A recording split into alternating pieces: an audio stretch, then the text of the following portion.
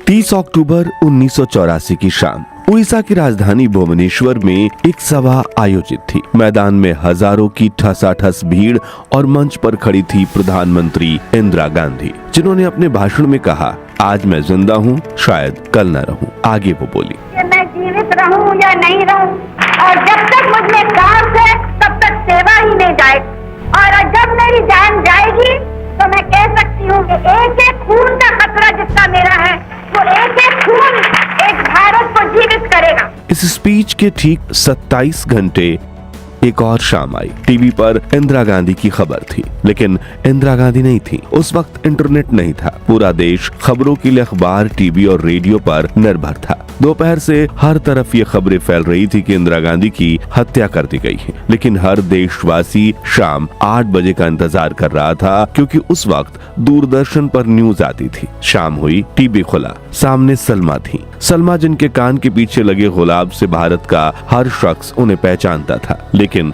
उस दिन गुलाब नहीं था, और सलमा के बोलने से पहले ही हर कोई समझ चुका था कि कुछ जरूर बुरा हुआ है। तभी मायूसी से भरी आवाज में सलमा बोली, पीएम इंदिरा गांधी अब नहीं रही। आज सुबह पीएम आवास के बाहर ही उनके गार्ड ने उन्हें गोली मारकर उनकी हत्या कर दी। लेकिन क्या आप जानते हैं कि इंदिरा गांधी को अपनी मौत का पूर्वाभास पहले ही हो चुका था? मगर क्यों? कैसे एक उड़ते हुए बाज को देखकर रची गई थी इंदिरा गांधी की हत्या की साजिश? कैसे सुरक्षा करने वाले ही बन गए हत्यारे?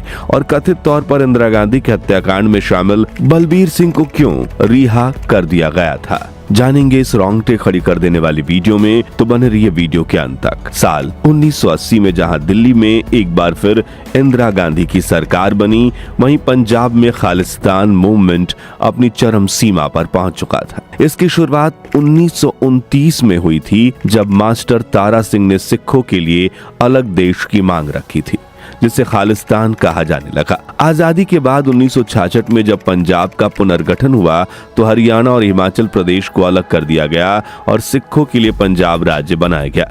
लेकिन खालिस्तानी एक्टिविस्ट और शिरोमणि अकाली दल इससे संतुष्ट नहीं थे। उनका मानना था कि पिंजौर, अंबाला और करनाल जैसे इलाके जहां सिखों की संख्या अधिक थी, उन्हें हरियाणा में क्यों मिला दिया गया। इसी असंतोष ने आंदोलन को कभी धीमा और कभी तेज बनाए रखा।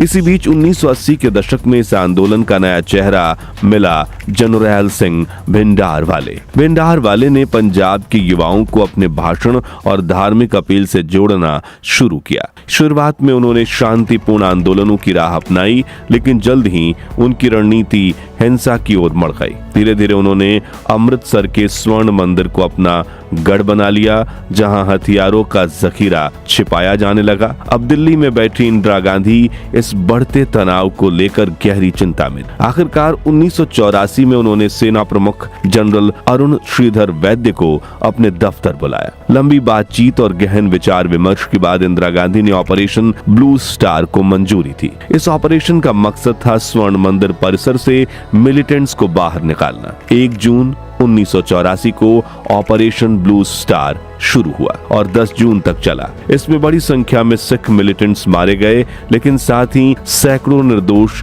श्रद्धालुओं की भी जान गई। अलग अलग रिपोर्ट्स अलग अलग आंकड़े बताती हैं, लेकिन माना जाता है कि इस ऑपरेशन में 5000 से 7000 तक लोग मारे गए।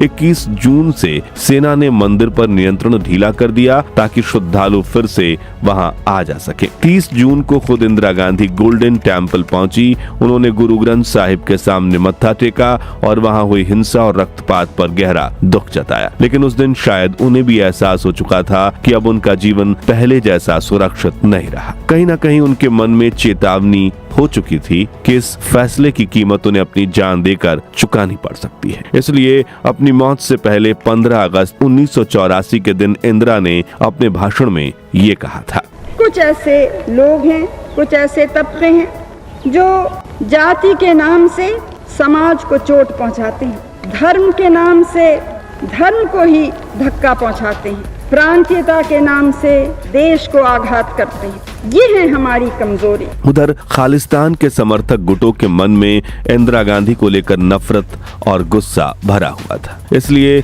इंटेलिजेंस एजेंसियों ने तत्काल सुझाव दिया कि इंदिरा गांधी की सुरक्षा में तैनात सिख जवानों को हटा दिया जाए और उनकी जगह अन्य धर्मों के गार्ड्स लगाए जाएं। लेकिन इंदिरा गांधी ने इस सलाह को ठुकरा दिया। उन्होंने कहा, क्या हम एक सेकुलर देश नहीं है? अगर हाँ, तो धर्म के आधार पर भेदभाव कैसे कर सकते हैं? यही फैसला उनकी सबसे बड़ी गलती साबित हुआ। लेकिन इंदिरा गांधी की हत्या की साजिश कैसे रची गई? देखिए, इस साजिश में सीधे सीधे 4 नाम आए: बेअंत सिंह, सतवंत सिंह, केहर सिंह और बलबीर सिंह। 31 अक्टूबर 1984 की सुबह बेअंत सिंह और सतवंत सिंह ने मिलकर इंदिरा गांधी पर गोलियां चलाई थी। मौके पर ही बेअंत मारा गया जबकि सतवंत पकड़ा गया। बाद में जांच में सामने आया कि इस हत्या के पीछे कई हफ्तों की गुप्त योजना थी।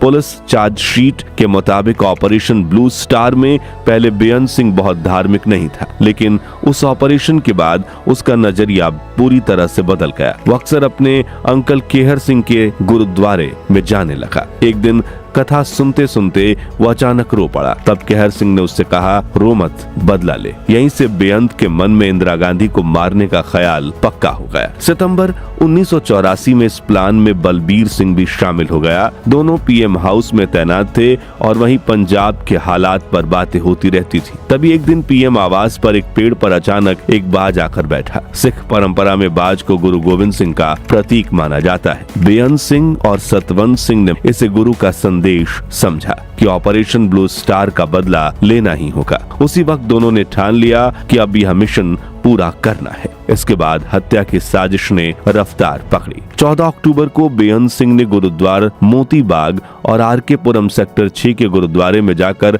अमृतपान किया, प्रायश्चित के तौर पर झाड़ू लगाई। 17 अक्टूबर को उसने अपनी पत्नी विमल कौर को भी सीसगंज गुरुद्वारे ले जाकर अमृतपान करवाया।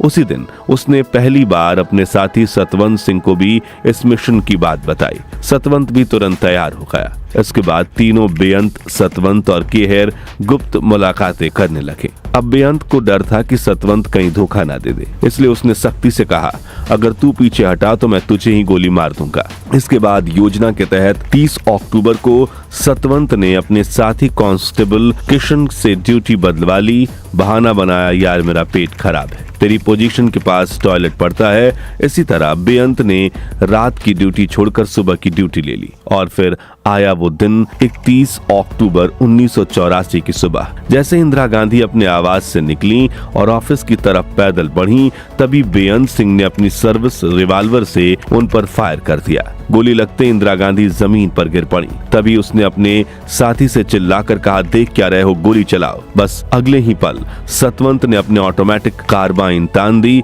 और इंदिरा गांधी पर गोलियों की बौछार कर दी। जब सब इंस्पेक्टर रामेश्वर दयाल ने उन्हें बचाने के लिए आगे बढ़ने की कोशिश की तो सतवंत ने उन पर भी पूरी कार्बाइन खाली कर दी। 25 सेकंड में इन दोनों ने इंदिरा गांधी पर 33 गोलियां चला दी, जिसमें से उन्हें 30 गोलियां लगी। कुछ ही सेकंड में भारत की प्रधानमंत्री खून से लथपथ जमीन पर पड़ी थी और इसी के साथ भारतीय राजनीति ने अपने इतिहास का सबसे दर्दनाक मोड़ देखा। जब इंदिरा गांधी पर गोलियों की बौछार हो रही थी तब पहले तो घर में बैठी बहू सोनिया गांधी को ये पटाखों की आवाज लगी, लेकिन फिर भाग दौड़ मचते ही वो अपनी सास के पास दौड़ी चली आई। इसके बाद छत विछत हालत में इंदिरा गांधी को एम्स ले जाया गया। वहीं प्रधानमंत्री आवास के सुरक्षा गार्ड ने दोनों हमलावरों को पकड़ लिया।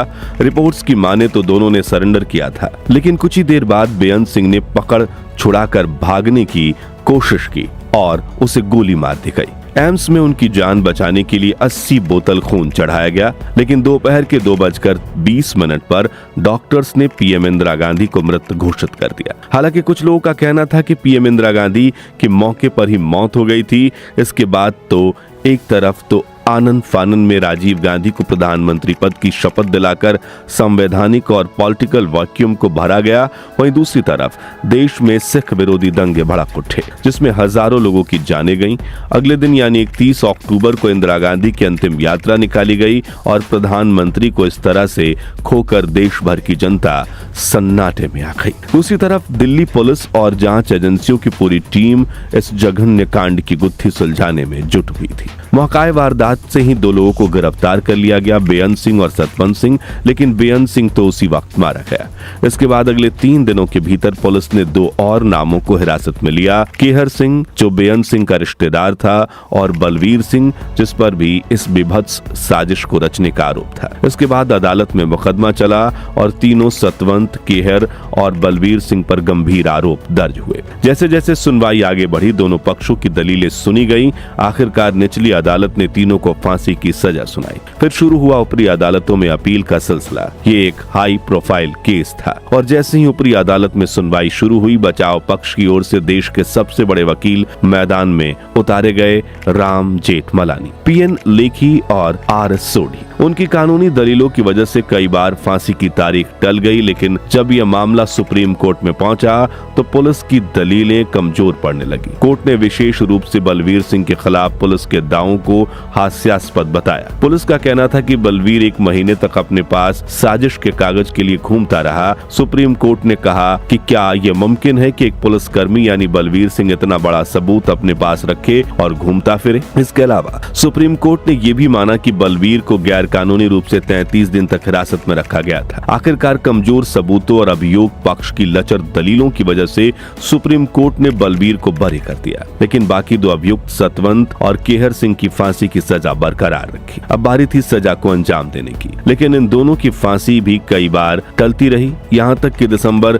1989 में तो ब्लैक वारंट जारी होने के बाद भी वकीलों की दलीलों पर उसे टाल दिया गया। यह भारत के न्यायिक इतिहास का पहला मौका था जब ब्लैक वारंट यानी फांसी की अंतिम मंजूरी टाल दी गई, यानी आखिरी वक्त तक आरोपी को हर कानूनी हक दिया गया। लेकिन आखिरकार लंबी कानूनी प्रक्रिया के बाद 6 जनवरी 1989 की सुबह 6 बजे दिल्ली के तिहाड़ जेल में सतवंत सिंह और केहर सिंह को फांसी पर लटका दिया गया। लेकिन इस पूरे दौर में पंजाब की हालत और बिगड़ती गई। अलगाववाद चरम पर था। राजीव लोंगेवाला समझौता भी कारगर नहीं रहा। 80 के दशक की शुरुआत में आनंदपुर साहिब प्रस्ताव की मांग से शुरू हुआ विवाद दशक के अंत तक बेहद खतरनाक मोड़ पर पहुंच गया। पंथक राजनीति अपने चरम पर थी। इसी बीच 9वीं लोकसभा चुनाव आ गए। अकाली दल बादल ने चुनाव का बहिष्कार किया, लेकिन जेल में बंद सिमरनजीत सिंह मान ने अपनी नई पार्टी अकाली दल मान उतारी। इसने 13 में से 12 सीटों पर उम्मीदवार खड़े किए। सबसे हैरानी की बात यह थी कि 2 कैंडिडेट थे, रोपड़ से बेअंत सिंह की पत्नी बिमल कौर और उनके पिता सुच्चा सिंह भटिंडा। वही बेअंत सिंह जिसने